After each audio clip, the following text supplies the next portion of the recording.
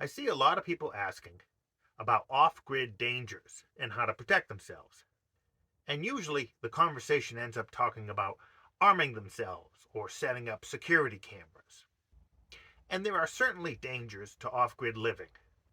But honestly, most people are focusing on the wrong ones. So I've compiled this list of off grid dangers and have ranked them by likelihood of happening. I mean, why worry about something if it's never going to happen, right?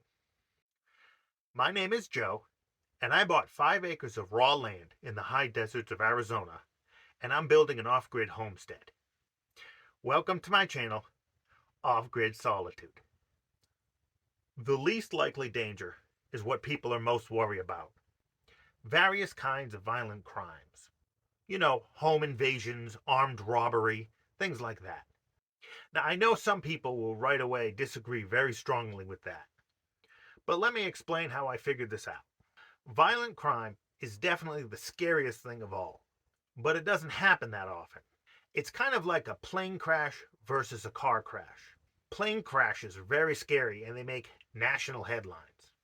We're not as afraid of car crashes, but they happen all the time. We all know somebody who's been in a bad car accident, but I don't know anybody who's been in a plane crash. Another thing that can make these violent crimes seem more likely is that firearms and weaponry and security systems are kind of a fun hobby. And sometimes just spending time thinking about these things when you're at the target range can make it seem a lot more likely than it really is. I'm not saying we shouldn't protect ourselves and be prepared, but there's really no need to worry about it or live in fear. The way I went about figuring out just how common these things are is I went around and talked to people. And as I talk to people, I ask if they've ever run into any of these kind of problems or if they know anybody who has. Have they injured themselves? Have they been hurt? And I think that gives me a pretty good idea of the local situation. The only tricky part is filtering out the tall tales. I try to ask for some hard details. Who this happened to, if you have a name, where exactly it happened, or what time, what year. If the person telling the story is a little vague on these details, maybe it didn't really happen. And of course, sometimes I can tell instantly. I'm listening to a story about a school teacher who got cancer, and to make some money, he started cooking meth in an RV. Um, yeah, we've all seen Breaking Bad. I don't think that really happened. Next on the list is a little more likely to happen, but still pretty rare. And that's animal injury. Wild animals can be dangerous. Um, Around here, I've got coyotes, deer, javelina, skunks, and a little less common, bobcats and mountain lions. These animals mostly attack when cornered. They try to avoid humans as often as they can, and that's why an attack is so rare. I've heard a lot more stories about attacks on people's pets and not on themselves. And I've heard a lot of close calls, but I haven't run into anybody who was actually injured by a large animal like that. But I do know quite a few people who've been bitten by smaller animals, rodents and rabbits and things like that. And it turns out they were really trying to catch the animal and the animal bit them. So if you keep your distance, the wild animal will as well. And we shouldn't forget about domestic animals either. I'm talking about pecks and bites and horns and kicks. Depends on the size of the animal. It can be pretty serious.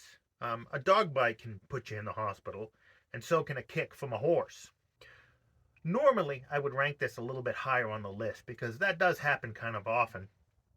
But the animal doesn't really mean any harm, so I almost consider these accidents than animal attacks. Next on the list, and a little bit more common, would be venomous animals and poisonous plants. For the plants, I'm talking things like poison oak and ivy, barbs and thorns and cactus. They can be hard to remove, those thorns, and some people are more sensitive to the toxic plants than others. And a lot of native plants are poisonous, so you're going to have a trip to the hospital if you eat them. Luckily, poisonous plants usually taste very, very bad. Maybe the exception would be mushrooms. Be very careful picking wild mushrooms. As for the venomous animals, most of the times they're very small. We're talking insects. And usually they're not a big concern unless there's a lot of them. Out here we have those killer bees. So that can be a trip to the emergency room. But like most wild animals, they usually won't bother you if you don't bother them. You run into a problem when you bump into them, stumble upon a nest, things like that. I'd say the most dangerous in this category would be rattlesnakes. Most areas of the countries have some sort of a rattlesnakes, and the best way to deal with them is to make sure you're not attracting them. Next, getting more common, is bacteria and infection. There's food poisoning. A lot of off-gridders can their own food and preserve their own food, and if done wrong, you can make you pretty sick. And then there's infections from scrapes and cuts and things like that.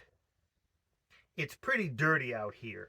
I find minor infections are pretty common. If my rooster pecks me or my goat scratches me with his horn, it's pretty common for the scrape to get infected if I forget to clean it properly. So I make sure I have peroxide and alcohol and even Neosporin on hand. Now these are very minor and not an issue.